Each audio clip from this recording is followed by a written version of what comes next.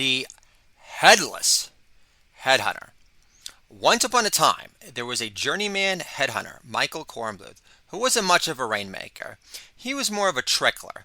He placed copywriters with major ad agencies along Madison Avenue with middling success, only for Don Draper to qualify these candidates even further if they got past the initial phone screen with zero bullshit, cold as ice, gentile inquiries such as, "Tell me again why you haven't been fired more than a Palestinian slingshot, because your portfolio shows less promise than Jimmy Carter's solar panel powered weed plant in the White House's new greenhouse garden."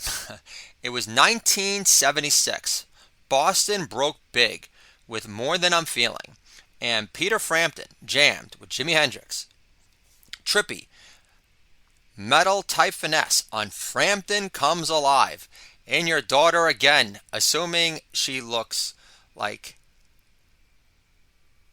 less of a big-backed Brooke Shields with eyebrows that don't take up her entire face either. Michael was married only a year, yet his relationship with Anna wasn't filling him with she's the one crooning vibes anymore, especially since blowing her hubby became a once-in-a-lifetime event like Halley's Comet or Joe Namath seeking a shrink for depression, or Reggie Jackson, Mr. October, sweating the dry cleaning bill for his mink coat, assuming George Steinbrenner refused to pay for it out of sheer dependent spite alone. Every day, Michael would cold call creative directors in Manhattan to get them interested in copywriters who grew tired of working as freelance writers for Esquire because Norman Mailer had a monopoly in all the good Ali articles anyway, or they grew tired of more short story rejection letters from the New Yorker, who sucked off John Updike's short stories because he made their editors come across as less boring and annoying than usual. If only Gore Vidal's personality and erudite edge could have rubbed off on John Updike through sheer osmosis. But one day, Michael was running late for work after one too many bourbons at a strip club in Times Square called Honeysuckle Divines. He lit a cigarette on the subway path, totally oblivious to his surroundings. And before he knew it, a Metro cop smacked the cigarette out of his mouth with such force he accidentally knocked him over to the subway track before having the Lex line knock his head right off from his perpetually tense, growl-heavy, internalized neck. The problem is the Headless Headhunter was really looking forward to his best friend Ari's bachelor party at Honeysuckle Divines in Times Square the following night, which is why he was there in the first place, to scout some local stripper talent he could recruit to talk his best friend out of marrying his fiancée, knowing he could do better, and was settling for the meh new thing. More importantly, the Headless Headhunter knew what a sigh-heavy, living hell his life descended into once he allowed his parents to push life-ruining decisions on his behalf, such as who to marry, what job to take, and when to make up with his younger brother again, thereby losing all enviable sense of righteous, self-assured, pissed-off rage whenever he felt duly entitled to feel that way without any guilty, imbibed parental interference to make him second-guess his innermost guttural instincts again and again. For example, Michael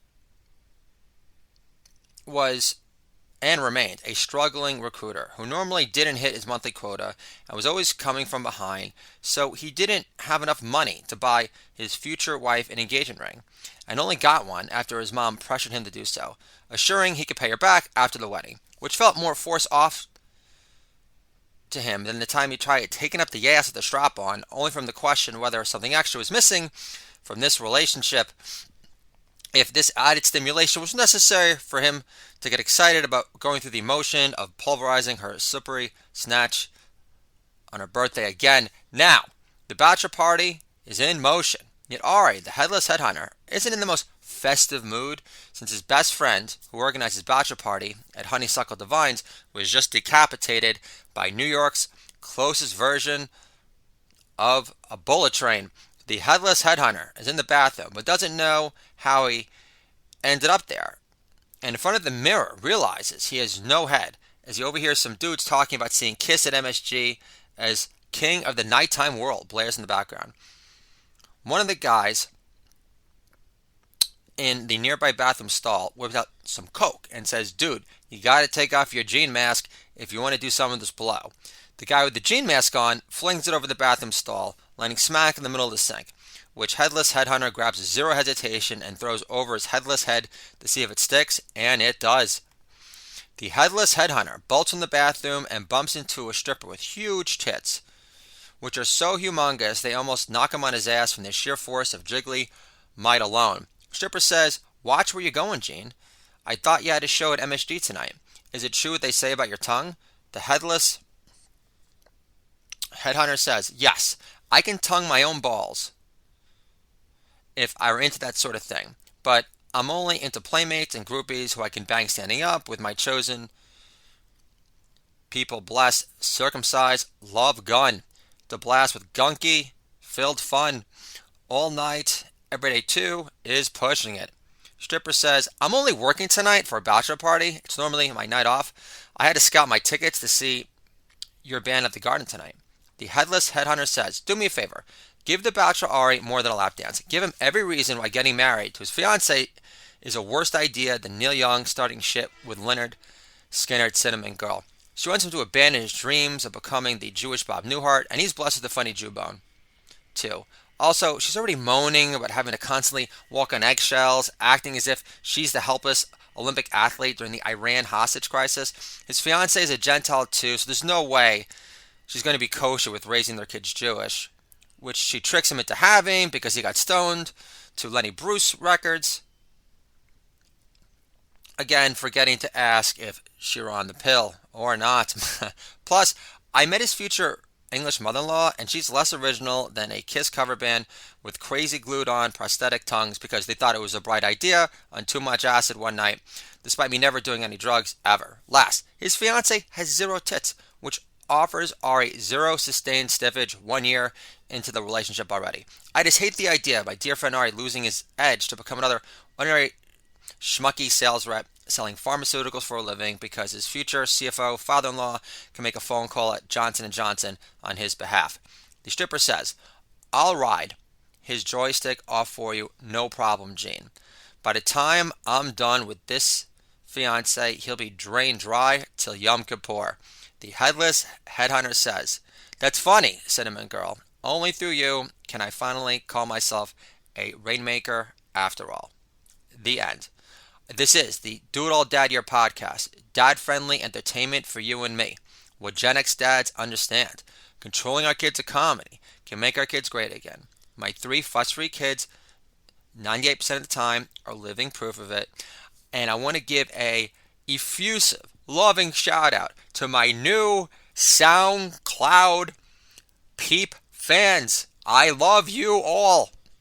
I have a plethora of chapters from my books, Resist This, Controlling My Kids' a Comedy, Do It All Dad Does Jokes, and my upcoming books, The Coachitarian Comedian, and Waste of Height, really short stories that I can't wait to spoil you with a long time, all the time, as much as humanly freaking possible.